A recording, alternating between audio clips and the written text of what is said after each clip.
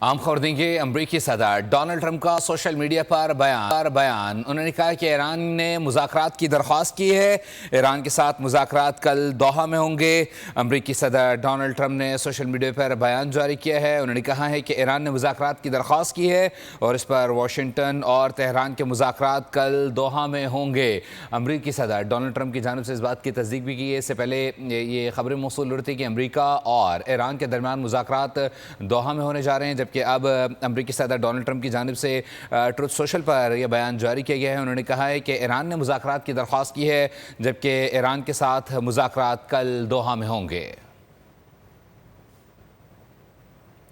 امریکی صدر Donald Trump کا سوشل میڈیا پر بیان سامنے آیا ہے، انہوں نے کہا ہے کہ ایران نے مذاکرات کی درخواست کی ہے، ایران کے ساتھ مذاکرات کل دوحہ میں ہونے جا رہے ہیں، ایران کی درخواست پر یہ مذاکرات ہوں گے، ایسا کہنا ہے امریکی صدر کا۔ امریکی صدر ڈونلڈ ٹرمپ کی جانب سے کہا گیا ہے کہ ایران کے ساتھ مذاکرات کل دوحہ میں منعقد ہوں گے، جبکہ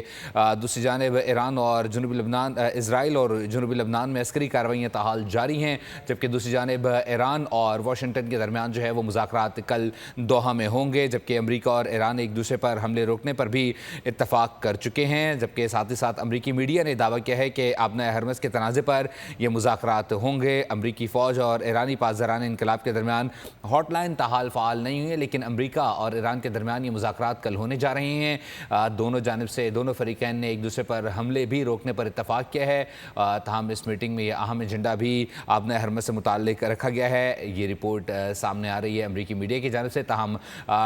ڈونلڈ ٹرمپ کی جانب سے یہ کہا گیا ہے کہ ایران کی درخواست پر یہ مذاکرات ہونے جا رہے ہیں اور ان مذاکرات کا مرکز دوحہ ہوگا، جس میں امریکی حکام اور ایرانی حکام بھی شریک ہوں گے۔ سبسکرائب کریں اور بیل دبائیں تاکہ کوئی خبر رہ نہ جائے۔